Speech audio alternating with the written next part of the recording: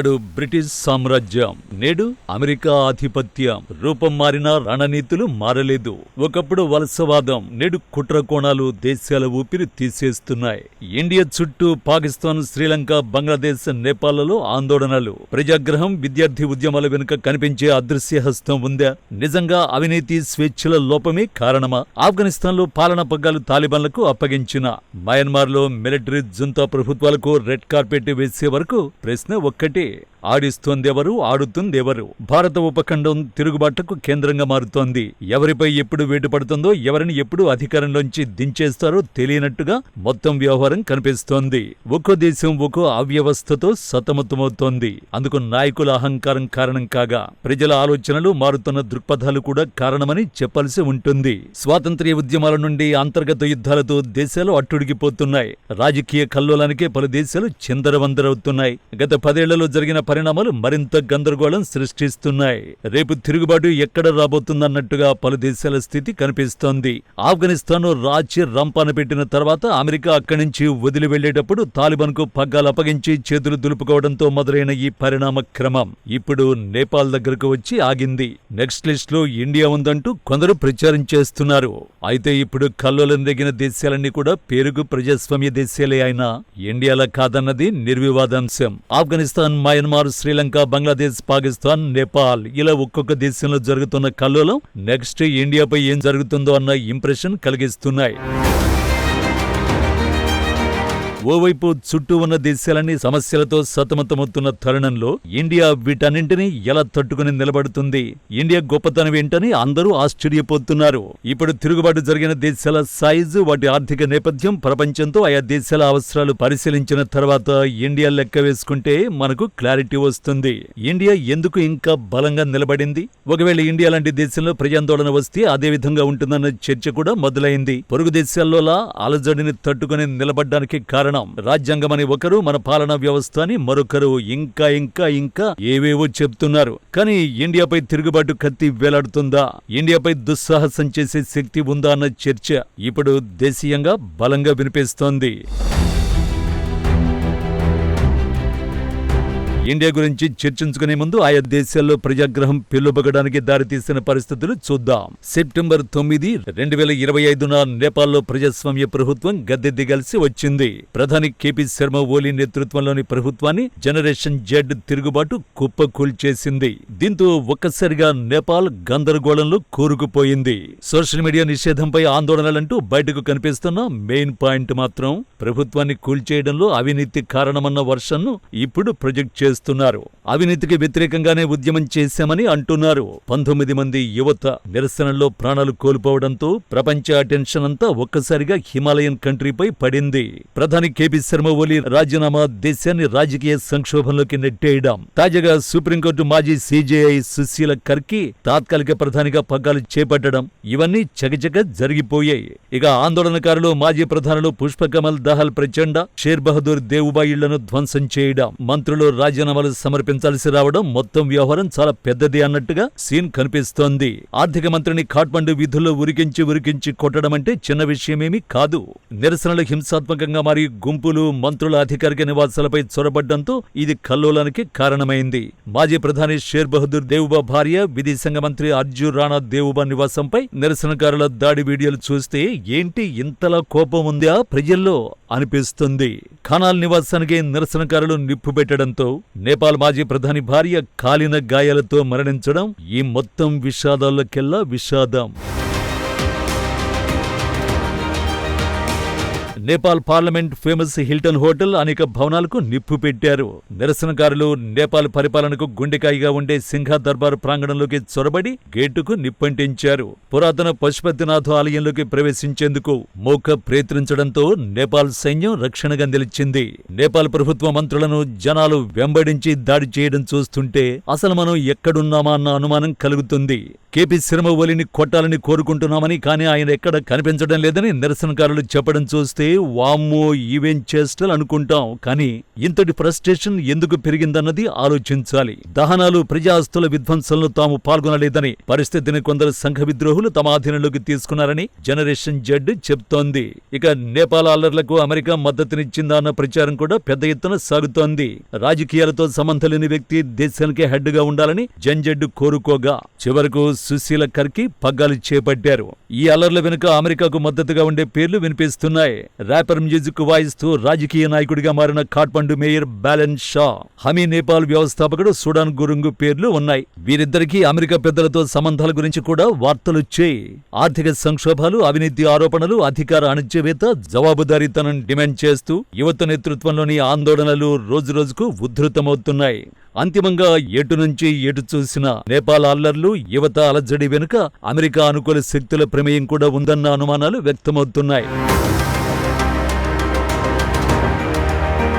ఆఫ్ఘనిస్తాన్ విషయంలో పాలనా మార్పు, ఆర్థిక అంశాలు దేశీయ అధికార పోరాటం నుండి మాత్రమే కాకుండా 2021లో అమెరికా సైన్యం ఉపసంహరణ నేపథ్యాన్ని కూడా గమనించాలి. ఫలితంగా తాలిబాన్లు రాజ్యమేలుతున్నారు. ఆఫ్ఘనిస్తాన్లో అమెరికా ఖాళీ చేసి వెళ్లిపోతూ అక్కడున్న ప్రజాప్రభుత్వాన్ని కూలదోయడానికి తాలిబాన్ కు లైసెన్స్ ఇచ్చింది. అమెరికా ట్విన్ టవర్స్ కూల్చివేసి దెబ్బ కొట్టారన్న కారణంగా అల్-ఖైదా తాలిబాన్లను అంతం చేద్దామని ఆఫ్ఘనిస్తాన్ నేలపై అడుగుపెట్టిన అమెరికా చివరికి అది చేయలేక తట్టాబుట్టా సర్దేసుకుని తిరిగి తాలిబాన్లకు పాలనా పగ్గాలు వదిలేసి తోక ముడిచింది. ముందు ఆఫ్ఘనిస్తాన్ ప్రజల్ని ఇష్టారాజ్యంగా పాలిస్తున్నారని, ధ్వంసం చేస్తున్నారని తాలిబాన్లను తరిమేసిన అమెరికా ఆ తర్వాత తన వ్యూహాన్ని మార్చుకుని ఆఫ్ఘనిస్తాన్లో తమకు అనుకూలంగా ఉండేలా తాలిబాన్లను మార్చేసుకుంది. ఆఫ్ఘనిస్తాన్ పాలకుల మార్పు కారణంగా దెబ్బతింది ముమ్మాటికి అక్కడి ప్రజలు మాత్రమే. మొత్తంగా ఆఫ్ఘనిస్తాన్ నేటి దుస్థితికి ప్రత్యక్షంగా పరోక్షంగా కారణం ముమ్మాటికి అమెరికానే. మన పొరుగున ఉన్న మరో దేశం మయన్మార్. పాత బర్మాలో జరిగిన అలజడి కూడా చిన్నదేం కాదు.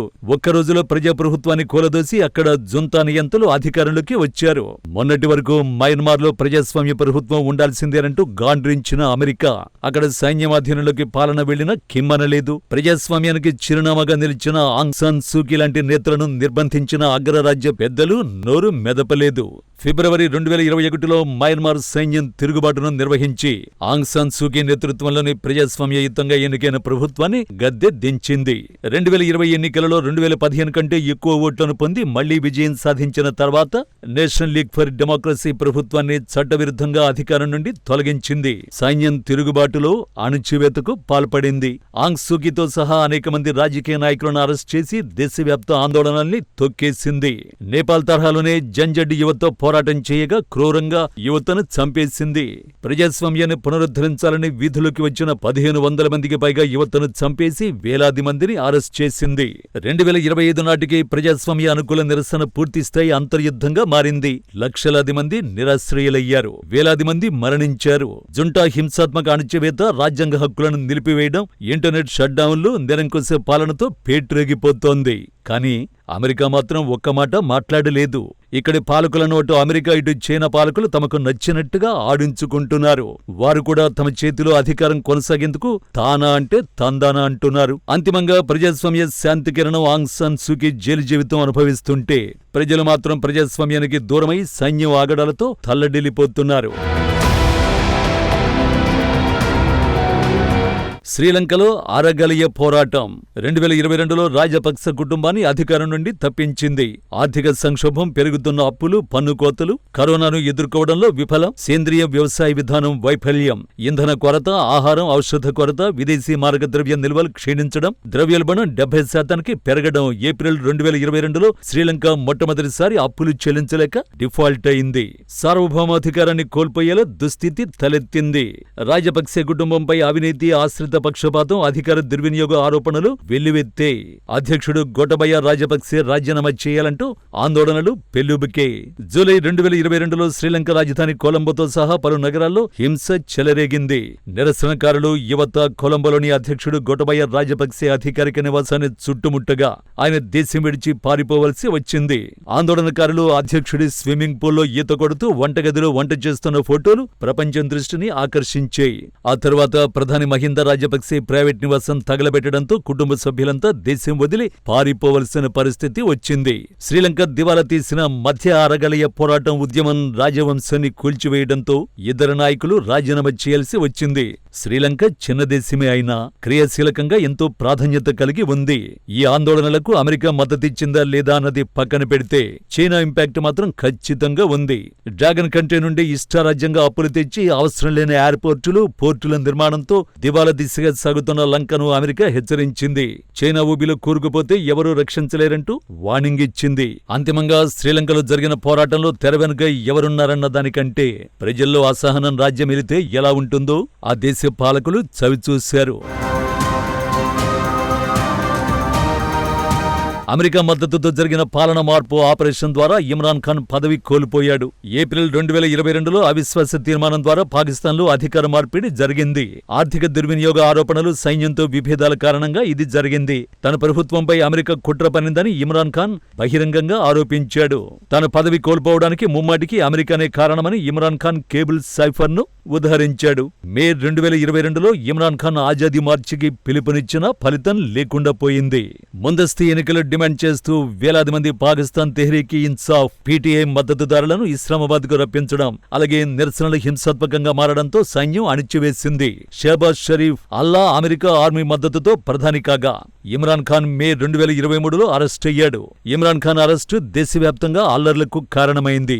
అవినీతి కేసులో ఇమ్రాన్ ఖాన్ జైల్లో ఉండగా అక్కడ ఎన్నికల్లో గెలవకపోయినప్పటికీ తిరిగి షహబాజ్ షరీఫ్ సర్కారు పగ్గాలు చేపట్టడం విషాదాల్లోకెల్లా విషాదం. పొరుగున ఇరాన్పై దాడి చేసిన తర్వాత కూడా అమెరికా పాకిస్తాన్ చెప్పే కాకమ్మ కబుర్లు వింటుందంటే ఆ దేశ దమన నీతి ఎలా ఉందో అర్థం చేసుకోవచ్చు. ఓవైపు బెలూచిస్తాన్లో స్వతంత్ర పోరాటం, మరోవైపు వాయువ్య పాకిస్తాన్లో తాలిబాన్ల అల్లర్లు పాక్ పాలకులకు కంటి మీద కొనుకు లేకుండా చేస్తున్నాయి. ఇమ్రాన్ ఖాన్ ప్రభుత్వాన్ని కూల్చివేసిన తర్వాత కూడా సాధారణ ప్రజలకు ఒరిగిందేమీ లేదు. IMF లోన్ వెంటిలేటర్ పై పాకిస్తాన్ ఊపిరి పీల్చుకుంటోంది. సైన్యం ఇప్పటికీ దాని సొంత పౌరులపై దాడి చేస్తోంది. అది బలూచులు, పష్టున్లు, పీటీఐ మద్దతుదారులను హతం చేస్తూనే ఉంది. ఇదంతా ఒక ఎత్తైతే పొరుగునున్న బంగ్లాదేశ్ లో ప్రజాస్వామ్యయుతంగా ఎన్నికైన షేక్ హసీనా సర్కారును కూల్చడం వెనుక అమెరికా హస్తం గురించి నేరుగా ఆమె కుండ బద్దలు కొట్టారు. జంజడ్ విద్యార్థి నిరసనకారులు షేక్ హసీనాను చట్టవిరుద్ధంగా అధికారం నుండి తొలగించేలా పరిణామాలు చోటు చేసుకున్నాయి. ఆగస్టు 5, 2024న బంగ్లాదేశ్ పాలనా పగ్గాలు మారి ఏడాది పూర్తయింది. వివాదాస్పద కోటా వ్యవస్థ, వివక్షకు వ్యతిరేకంగా విద్యార్థుల ఉద్యమం నేతృత్వంలో ప్రారంభమైన నిరసనలు దేశవ్యాప్తంగా హింసకు దారితీశాయి. ఆర్మీ చీఫ్ వాకర్ ఉజ్ జమాన్ హసీనా రాజీనామాను ధృవీకరించారు. తాత్కాలిక ప్రభుత్వం అధికారం చేపడుతుందని ప్రకటించారు. హసీనాకు ఇండియా ఆశ్రయం కల్పించింది. నిరసనకారులు ఆమె నివాసాన్ని దోచుకున్నారు. చీరలు, పాత్రలు, ఇతర వ్యక్తిగత వస్తువుల్ని దోచుకున్నారు. లోదుస్తులను ప్రదర్శించారు. ఆందోళన చేస్తున్న యువతను హత్య చేయడానికి చట్టవిరుద్ధమైన ఆదేశాలు జారీ చేశారన్న కారణంతో హసీనాపై యువత ఆగ్రహం పెల్లుబికింది. హసీనా తొలగింపునకు ముందు రోజు ఒక్కరోజు 91 మంది మరణించారు. ఇది తిరుగుబాటులో అత్యంత ఘోరమైన రోజుగా మారింది. బంగ్లా నిరసనల్లో 300 మందికి పైగా మరణించారు.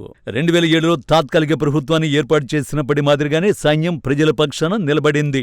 నిరసనకారులు, పోలీసుల మధ్య ఘర్షణలు తరచుగా జరుగుతూ ఉండగా నిరసనలు హింసాత్మకంగా మారినప్పటికీ జమాతీ ఇస్లామీ, బంగ్లాదేశ్ నేషనలిస్ట్ పార్టీ అల్లకల్లోలాన్ని పెద్దదిగా చేసి రాజకీయంగా బెనిఫిట్ పొందాలని చూశాయి.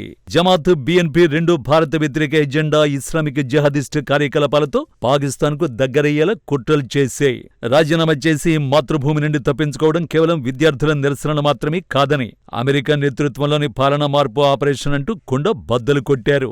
రాజీనామాకు ముందు షేక్ హసీనా వ్యతిరేక పార్టీలైన BNP, జమాతీ ఇస్లామీ ద్వారా బంగ్లాదేశ్ లో పాలన మార్పుకు అమెరికా ప్రయత్నిస్తోందని ఆమె ఆరోపించారు. గత సంవత్సరం ప్రధాని హసీనా నేతృత్వంలోని ప్రభుత్వానికి వ్యతిరేకంగా నిరసనల సందర్భంగా Islamist Bangladesh Nationalist party BNP, దాని మిత్రదేశమైన జమాతీ ఇస్లామీకి కూడా అమెరికా మద్దతునిచ్చింది. సెప్టెంబర్ 2024లో సెయింట్ మార్టిన్ ద్వీపాన్ని అమెరికాకు అప్పగించడానికి నిరాకరించినందున తనను ప్రధానమంత్రి పదవి నుండి తొలగించడానికి అమెరికా కుట్ర పన్నిందని షేక్ హసీనా ఆరోపించింది. అమెరికా ఏర్పాటు చేసిన పాలనా మార్పును అడ్డుకోవడానికి షేక్ హసీనా చేసిన ప్రయత్నాలు విఫలమయ్యాయి. ఆమె మాతృదేశాన్ని వదిలి పారిపోవలసి వచ్చింది. షేక్ హసీనాను వెళ్లగొట్టిన తర్వాత బంగ్లాదేశ్ ఆర్థిక సంక్షోభం, హిందూ మైనారిటీలపై దాడులతో అట్టుడికిపోయింది. మయన్మార్, శ్రీలంక, పాకిస్తాన్, బంగ్లాదేశ్, ఇప్పుడు నేపాల్. గందరగోళం, ప్రజాస్వామ్య పతనంతో సతమతమైపోతున్న దేశాలతో చుట్టుముట్టబడిన భారతదేశం బలంగా ఉందా? పెనుముప్పు తప్పదా అన్న భావన కలుగుతోంది. 10 ఏళ్లుగా మోడీ సర్కారు ఏలుబడిలో ప్రజలు సంతోషంగానే ఉన్నారా? సమస్యలేవి అన్న చర్చ సాగుతోంది. ఇండియా సుస్థిరమైన ఆర్థిక ప్రగతి సాధిస్తుందా అంటే డౌట్స్ వ్యక్తం చేస్తున్నారు ఎక్స్పర్ట్స్. ఒక్కో సమస్యను ఇండియా అధిగమిస్తున్నా అంతకంతకు పెరుగుతున్న నిరుద్యోగం, సవాళ్లు, యువత ఆకాంక్షలు వచ్చే రోజుల్లో ఎలా ప్రతిధ్వనిస్తాయోనన్న అనుమానాలు కలుగుతున్నాయి. ప్రపంచంలోనే అతిపెద్ద ప్రజాస్వామ్యంగా భారతదేశాన్ని అందరూ గౌరవిస్తారు. ఇండియాలో మిగతా దేశాల్లోలా చెలరేగిపోవడం, ఇష్టారాజ్యంగా వ్యవహరించడం సాధ్యం కాదు. గతంలో యూపీఏ అధికారంలో ఉన్నప్పుడు అవినీతి, నిర్భయ అల్లర్ల సందర్భంగా ప్రభుత్వానికి వ్యతిరేకంగా యువత ఢిల్లీ వీధుల్లోకి చొచ్చుకొచ్చింది. అయినప్పటికీ ప్రభుత్వం ఆ తర్వాత జరిగిన ఎన్నికల తర్వాత మారింది. ఇప్పుడు కూడా ప్రజలు ఆందోళన చేసినా, యువత వచ్చి రచ్చ చేసినా ప్రభుత్వాలు కూలే పరిస్థితి ఎంతమాత్రం ఉండదు. ఎందుకంటే ప్రజాస్వామ్య ప్రభుత్వాలకు రాజ్యాంగం రక్షణ కల్పిస్తుంది. ఇండియాలో మిగతా దేశాల్లో మీడియా సెన్సార్ కూడా లేదు. సోషల్ మీడియా కూడా ఉధృతంగా పనిచేస్తుంది. ఇష్టారాజ్యంగా నిర్బంధించే అవకాశం లేదు. కోర్టులు, చట్టాలు, వ్యవస్థలు ఇండియాలో ఇంకా బలంగా పనిచేస్తున్నాయి. ఎన్ని విమర్శలున్నా ఇప్పటికే న్యాయం కోసం అందరూ కోర్టు గడప తొక్కుతున్నారు. వరుసగా 3 సార్లు అధికారంలో ఉన్న, ప్రజాదరణ పొందిన గ్లోబల్ సౌత్ కు నాయకుడిగా ప్రధాని నరేంద్ర మోడీ గుర్తింపు పొందారు. భారతదేశం ఆర్థిక వృద్ధి, రక్షణ దృఢత్వం, భారీ మార్కెట్గా సామర్థ్యం ప్రపంచాన్ని ఆకట్టుకున్నాయి. అయితే భారతదేశం ఎన్నడూ విదేశీ సంస్థ మద్దతు గల పాలనా మార్పు కార్యకలాపాలను లేదా హింసాత్మక భారీ ప్రభుత్వ వ్యతిరేక నిరసనలు ఎదుర్కోలేదని కాదు. ప్రస్తుతం ఇండియా కూటమి పార్టీలు ఎన్నికల కమిషన్ సమగ్రతపై పదే విమర్శలు చేస్తూ భారతదేశ ఎన్నికల వ్యవస్థపై ప్రజల్లో అపనమ్మకాన్ని కలిగించడానికి ప్రయత్నిస్తున్నాయని బీజేపీ నేతలు ఆరోపణలు గుప్పిస్తున్నారు. రాజ్యాంగంలో సూచించిన విధంగా దేశం క్రమం తప్పకుండా స్వేచ్ఛగా, న్యాయంగా, శాంతియుతంగా ఎన్నికలు నిర్వహిస్తున్నా ఇప్పటికీ ఎన్నో అనుమానాలు వెంటాడుతూనే ఉన్నాయి.